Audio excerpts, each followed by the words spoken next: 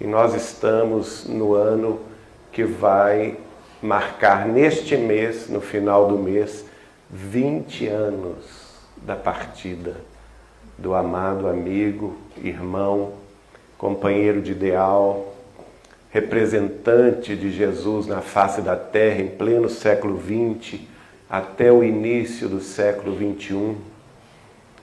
Fenômeno humano, caridoso, fraterno, solidário, sem pompa, sem circunstância. Em nenhum momento de sua existência subiu no salto da fama ou das pretensas primeiras posições.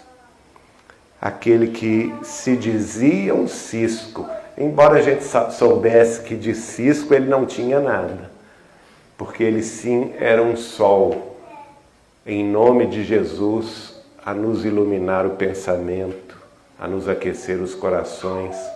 Nós, vacilantes, trôpegos na fé, que não tínhamos coragem de assumir as nossas próprias mazelas e seguir o Cristo carregando a nossa cruz, ele praticamente nos ensinava a nos levantar da poeira do mundo e a trabalhar. E a partida dele causou uma comoção geral, causou um vazio existencial sem precedentes em todos nós, espíritas cristãos e até mesmo de outras religiões, porque o Chico tinha esse dom de conviver com todos, sem exigir taxa de reconhecimento, sem exigir que a pessoa lesse algum livro dele, que conhecesse a obra de Kardec. Lá em Pedro Leopoldo, por exemplo, ele convivia com os católicos, falando da fé dos católicos. Não é? Ele recebeu hebreus, judeus, respeitando a fé deles e convencendo-os pela mediunidade com Jesus que a vida continua. Transformou vidas, inspirou pessoas como Adelino a erigir esse centro, e o Brasil se multiplicou na tarefa espírita cristã, em casas abençoadas pelo Brasil inteiro, como também lá em Votuporanga, o Grupo Espírita Maria de Nazaré. E são tantas e tantas, milhares de casas que se abriram, instituições de caridade, creches, orfanatos, hospitais psiquiátricos, como o Hospital Espírita André Luiz de Belo Horizonte e tantos outros. Esse homem que se dizia uma parede pobre, onde se pudesse, que não tinha valor nenhum, mas onde se afixavam os cartazes do Evangelho. Esse homem, símbolo do espiritismo cristão, a cara viva da doutrina dos espíritos, demonstrando em pleno século XXI, no programa Pinga Fogo da TV Tupi de São Paulo, 51 anos atrás, em duas ocasiões, no primeiro semestre e na véspera de Natal, que o espiritismo era Jesus de novo para o coração do povo, que veio nos consolar as nossas dores, aflições, nós, os sobrecarregados e os aflitos, cansados do materialismo, cansados das ilusões, tristes com as nossas perdas. Mas ele veio nos consolar, mas não somente na consolação, principalmente instruindo-nos através do esclarecimento. Até hoje, 537 livros se publicou ou se publicaram da sua lavra mediúnica, da sua psicografia, da sua psicofonia, 3 livros. Os livros de entrevistas que ele dizia está respondendo, inspirado por Emmanuel, que são dezenas de livros. Os livros poéticos, que na maioria das vezes, segundo ele próprio nos contou, não foram psicografados, mas sim ele via os poetas portugueses e brasileiros, escutava-os declamando, como por exemplo Augusto dos Anjos, Antero do Quental, Olavo Bilac, e ele às vezes ali num pedaço de papel de pão, com lápis, ia copiando o que ele estava ouvindo, que é também a maioria dos livros começados aí com Parnaso de Além-Túmulo. Livros dos espíritos comuns que vinham consolar seus parentes, seus amigos, seus familiares, em 75 anos de atividade ininterrupta de esclarecimento, de consolação. Aquelas noites de Uberaba, porque eu já o conheci em Uberaba, embora toda a minha família convivesse com ele em Pedro Leopoldo, a partir de 1981. O conheci primeiro em São Paulo, no Centro Espírita União dos Galves, e a partir de 15 dias daí, por volta do final de outubro de 1981, passei a fazer a nossa pequena romaria. Inicialmente ia com familiares, com amigos, para ver o Chico e participar das tarefas de Uberaba. Cada sexta-feira, cada sábado, que não tinha hora para terminar, vai ser igual hoje aqui, né, Adelina? A gente só tem hora para iniciar, não é assim? E depois, lá era assim, a gente chegava, às vezes com o Chico, ele psicografava de 7 às 8 as receitas homeopáticas, Dr. Bezerra de Menezes, Sheila as assinava. Muito raramente André Luiz também assinava. Mas às 8 horas em ponto, ele começava a reunião do Grupo Espírita da Prece. E lá nesta reunião, ele recebia as mensagens consoladoras, familiares, em média 10 por sessão. 10 por sessão. Para que aquelas famílias que haviam perdido seus entes queridos pudessem receber o carinho, pudessem receber a demonstração de que a vida continuava, que os seus entes queridos tinham apenas deixado o corpo físico na terra, mas que eles continuavam vivos e muito vivos. Nós às vezes chorávamos com os detalhes das cartas particulares.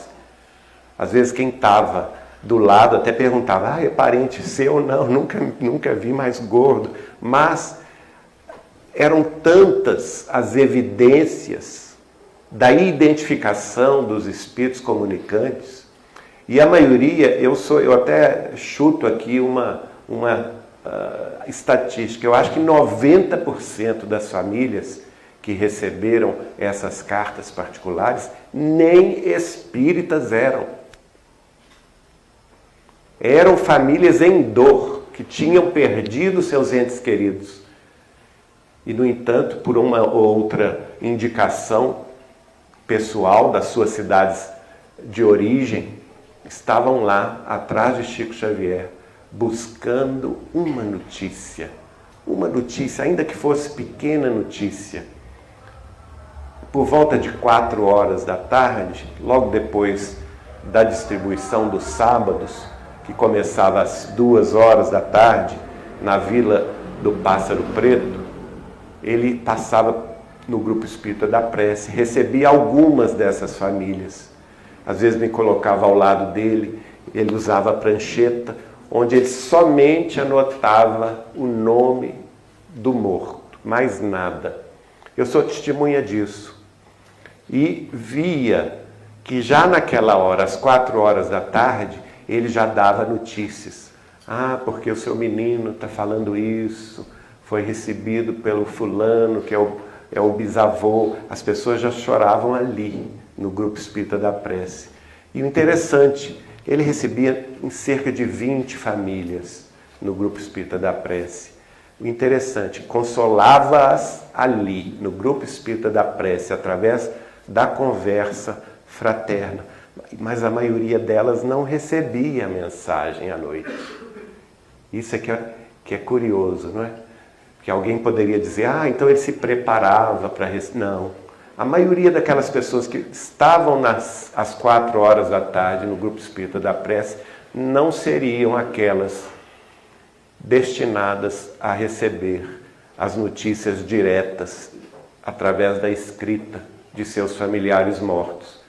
E vejam bem, eram cerca de 10 famílias agraciadas.